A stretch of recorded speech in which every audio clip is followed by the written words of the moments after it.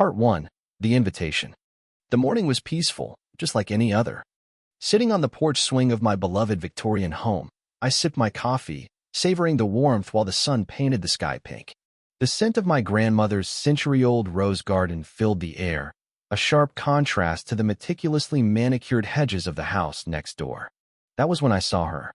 Karen Thompson, the self-appointed queen of the neighborhood, was power-walking toward my mailbox.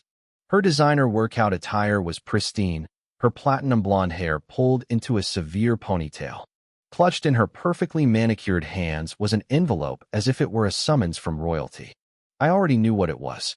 She lingered at my mailbox, snapping photos of my house. The vibrant purple trim, the antique wind chimes, the roses that had been here longer than most of the neighbors.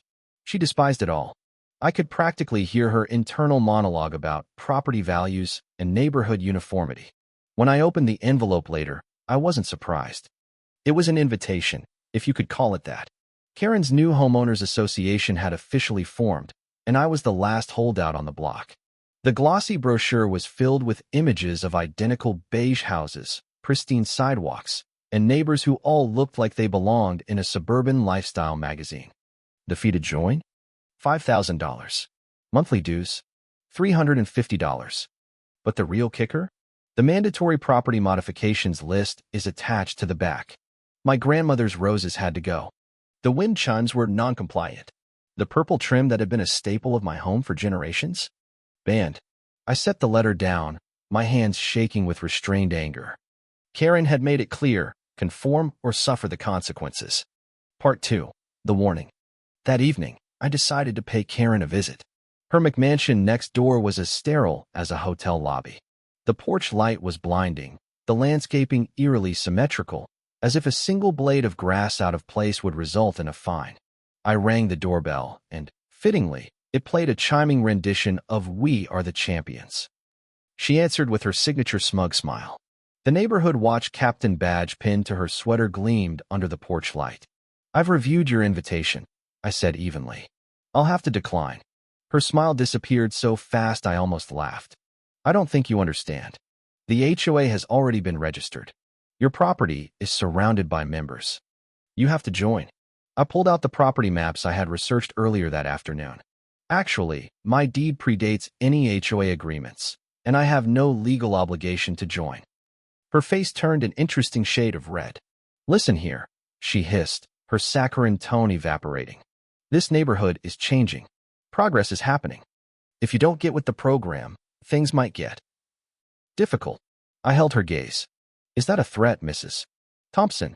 She stepped back, her artificial smile returning. "Of course not.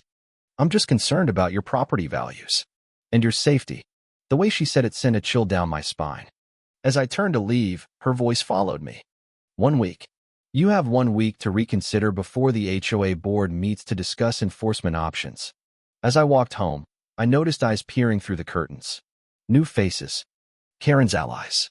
This wasn't over. And somehow, I knew it wouldn't end with a declined invitation. Part 3. The Harassment Begins. The next morning, I awoke to the sound of loud chatter outside my window. Pulling the curtains aside, I found Karen leading a small group of HOA members on what they called a morning inspection. "Look at those hideous purple trims," Karen scoffed, shaking her head. "They're bringing down our property values."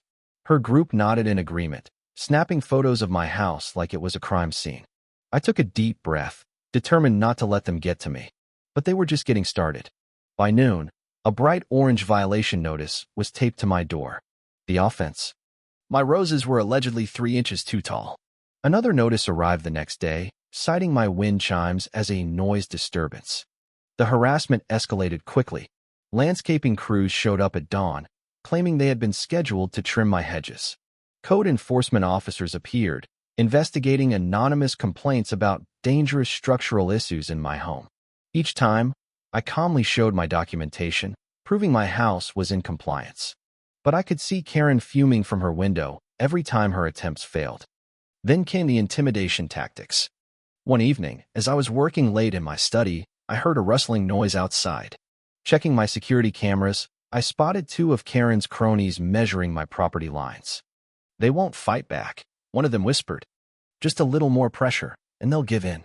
I clenched my jaw, watching them retreat into the shadows. This wasn't just about property values anymore. This was a war. I spent the next day installing additional security cameras, positioning them to capture every angle of my property. If Karen and her HOA minions wanted to fight, I was going to be ready. Part 4. The Fire. The attack came at night. I woke up to the acrid smell of smoke. My heart pounded as I bolted out of bed and ran to the window.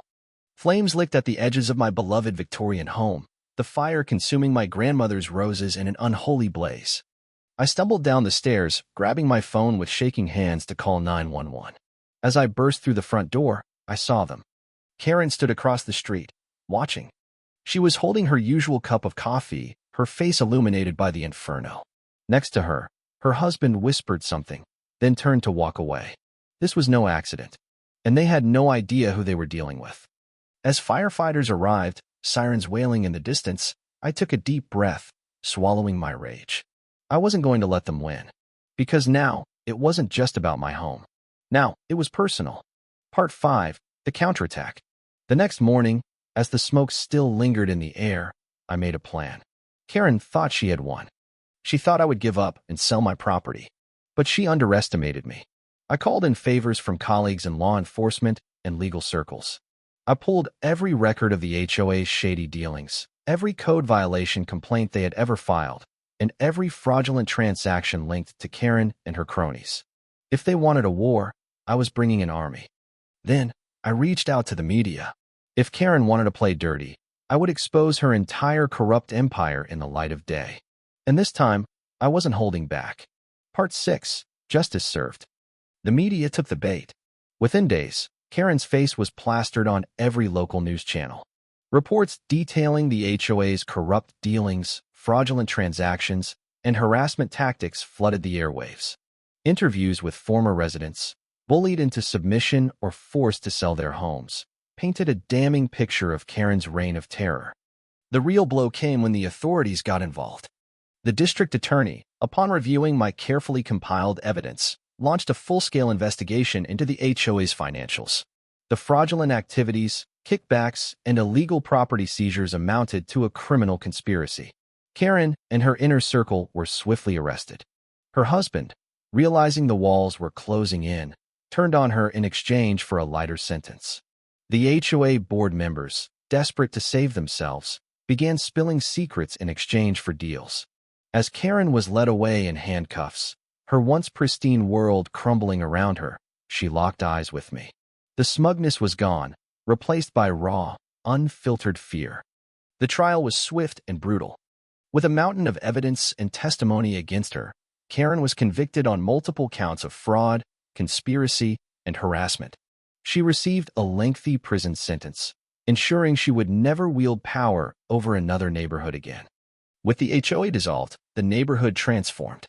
Without Karen's iron grip, true community spirit flourished. My Victorian home was restored, its purple trim more vibrant than ever, a testament to resilience and justice. One evening, as I sat on my rebuilt porch swing, sipping my coffee, I watched as families played in their yards, free from fear. The roses bloomed once more, their fragrance filling the air, a reminder that sometimes standing up to tyranny is the only way to bring about true change.